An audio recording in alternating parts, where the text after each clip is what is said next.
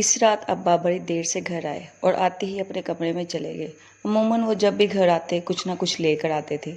इस बार वो खाली हाथ थे। आज इन्होंने सलाम भी नहीं किया। जहाँ अम्मी को परेशानी लाहक हुई वहीं मुझे भी गड़बड़ लगने लगी।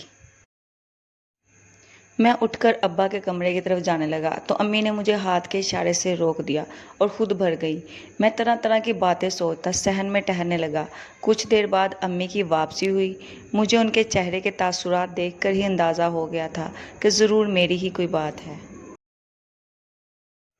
मेरा शक यकीन में तब बदला जब इन्होंने गुस्से से कहा, जाओ तुम्हारे अब्बू बुला रहे हैं तुम्हें। ये कहकर वो बर्ची खाने की जानब चली गई। मैं इनके पीछे भागा। अम्मी बताइए तो आखिर क्या हुआ है। मैं जान गया था कि अनजाने में शायद मुझसे कोई गलती सरजद हो गई है, तब ही वो इतने गुस्से में हैं। मैं अभी अपना सवाल दोबारा दोहराने वाला था कि अब्बा जान की गरजती हुई आवाज़ कानों में गूंजी, हमदान सुना नहीं तुमने, जल्दी आओ। मैं खौफ से डरता कांपता अंदर चला गया। जी अब्बा जान, मैंने इन्हें देखे बिना कांपती आवाज़ में कहा। इधर आके बैठो मेरे पास। अब के इनके लहजे में सख्ती ना थी लेकिन मैं सहमा हुआ था। इससे पहले कि वो मज़ीद कुछ बोलते मैं इनके पास जाकर बैठ गया था। याद करो वो दिन जब तुम्हारा हाई स्कूल में पहला दिन था और मैंने तुम्हें क्या नसीहत की थी। वो आस्ता आस्ता लेकिन रंजीदा आवाज़ में कह रहे थे। जी अब्बा जान, मुझे अच्छी तरह याद है और मैंने आपकी हर नसीहत पर अमल भी किया है। मैंने ये जुमला इन्हें देकर कहा था ताकि इन्हें मेरी सच्चाई पर झूठ का शुबा ना हो। अगर ऐसा है तो जाओ अपना बस्ता लेकर आओ। मैं फ़ौरन इनकी बात समझ नहीं पाया और हैरत से इन्हें देखता रहा। तुमने सुना नहीं क्या कह रहा हूँ, जाओ अपना बस्ता लेकर आओ। इस बार इन्होंने सख्त लहजे में कहा। मैं फिर डर गया और बस्ता लेने चला गया। इनके पास पहुंचा तो इन्होंने बस्ता मुझसे छीन लिया। बस्ते की दोनों जिपें खोलकर इनकी तलाशी लेने लगे। इन्हें मतलूबा शय ना मिली तो इन्होंने बस्ता उलट दिया। सारी कापियाँ और किताबें पलंग पर बिखर गईं और इन कापियों किताबों के बीच में एक घड़ी जगमगाती दिखाई दी। घड़ी की चमक दमक से मालूम हो रहा था वो सोने की है। ये कहाँ से आई तुम्हारे बैग में? बोलो, जवाब दो। इन्होंने एक हाथ में घड़ी लहराई और दूसरे हाथ से मेरे बाजू को दबोच कर कहा। अब्बा मुझसे कसम उठवाएं, मैं नहीं जानता ये किसकी है और मेरे बस्ते में कैसे आई। मैंने रोते हुए जवाब दिया, बकवास बंद करो और सच सच बताओ। वो एक बार फिर गुस्से से बोले। मैं कुछ ना समझते हुए गुजरे दिन याद करने लगा। काफ़ी सोच विचार के बाद मुझे याद आया ये इस दिन का वाक़या है जब बारिश हो रही थी और मेरा स्कूल जाने को कतई दिल नहीं चाह रहा था।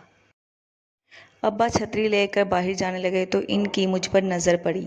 अभी तक तैयार क्यों नहीं हुए? जल्दी तैयार होकर आओ, मैं इंतज़ार करता हूँ तुम्हारा। आज रिक्शे से जाएंगे स्कूल। इन्होंने इस अंदाज में कहा कि मुझे इनकी बात माननी पड़ी। मैं तैयार होकर आया तो अम्मी ने फ़ौरन नाश्ता मेरे आगे रख दिया। मैंने झटपट नाश्ता ख़त्म किया और अब्बा के साथ हो लिया। रिक्शे में सवार तो अब्बा मुझे बताने लगे, आज स्कूल में प्रिंसिपल ने पार्टी रखी है। शहर का कोई बड़ा सियासतदान आ रहा है। दहम क्लास के 2 और सेक्शन बनवाने हैं। स्टाफ रूम की छत टपकती है। पानी की टैंकी लीक हो गई है। मेरी कंटीन भी छोटी है और उसे बड़ा करना है। लाखों का खर्चा है। इसी वजह से प्रिंसिपल साहब ने इन्हें मदऊ किया है। वो ज़रा देर के लिए रुके फिर बोले, मुमकिन है दोपहर का खाना भी स्कूल में ही प्रिंसिपल के साथ हो। काश दिलावर चौधरी मान जाए और फंड की मंजूरी दे दे।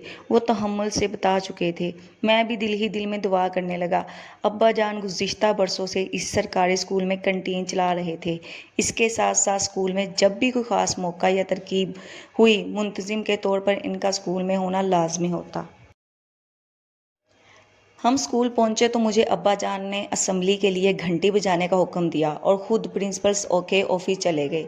वापस आए तो इनके हाथ में लिस्ट थी। मैंने इस लिस्ट की बाबाहत पूछा तो बताने लगे कि पकवान तैयार करवाने हैं। वो बताते ही कंटीन चले गए और मैं स्कूल से लेट आने वाले लड़कों के नाम एक फ़ाइल में नोट करने लगा। प्रिंसिपल साहब ने कानून बनाया था कि स्कूल की हर क्लास इसका मॉनिटर अपनी बारी आने पर यह ड्यूटी सरंजाम देगा।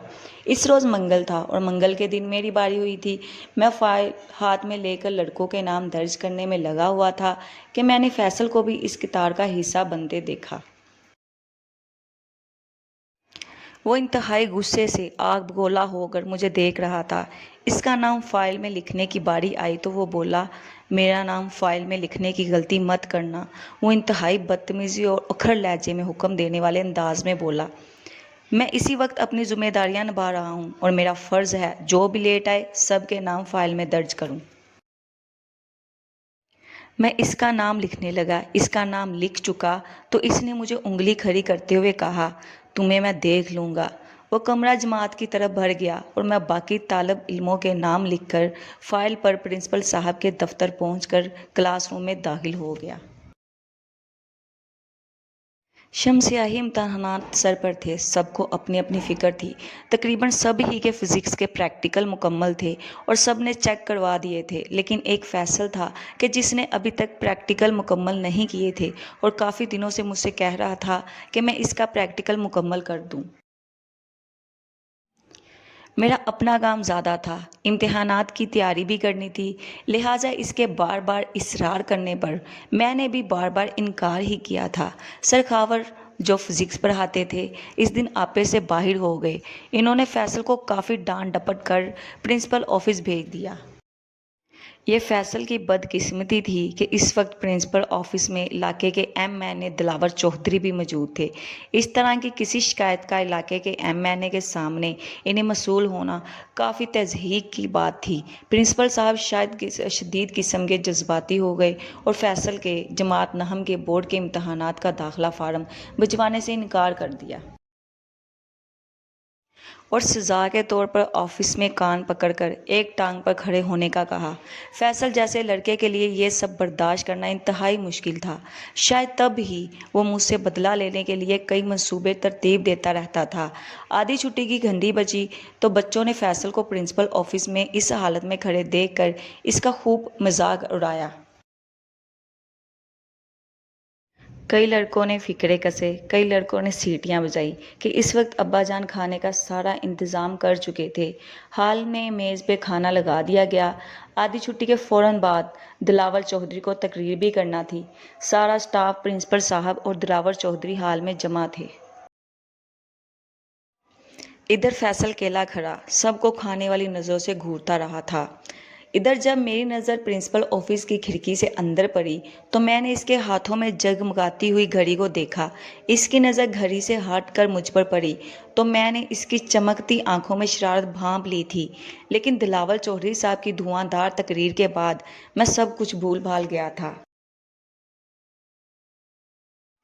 दरअसल वो घड़ी दिलावर चौधरी की ही थी। प्रिंसिपल ऑफिस के साथ मुत्तसिल वाशरूम में जाते हुए वो अपनी घड़ी उतार कर टेबल पर रख गए थे। हाल में जाते हुए भी वो शायद घड़ी पहनना भूल गए थे। इसका फ़ायदा उठाकर फैसल ने आधी छुट्टी के वक्त ही वो घड़ी मेरे बैग में डाल दी। तहसील का ये मंसूबा इस लिहाज से भी कामयाब रहा कि चौधरी साहब ने स्कूल के लिए फ़ंड देने की मंजूरी दे दी थी और इसी खुशी में प्रिंसिपल साहब ने और दीगर स्टाफ ने इन्हें तोहफ़े देने का बंदोबस्त भी कर रखा था।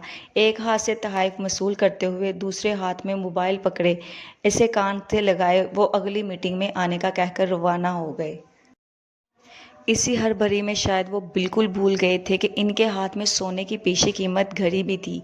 फैसल घड़ी मेरे बैग में रखकर 9-2-11 हो गया था। मेरी बदकिस्मती कि इसके निकल जाने के बाद अब्बा जान ने मुझे प्रिंसिपल ऑफिस भेजा कि अलमारी से टिश्यू बॉक्स ले आऊं। मुझे ऑफिस आते कई लड़कों ने देखा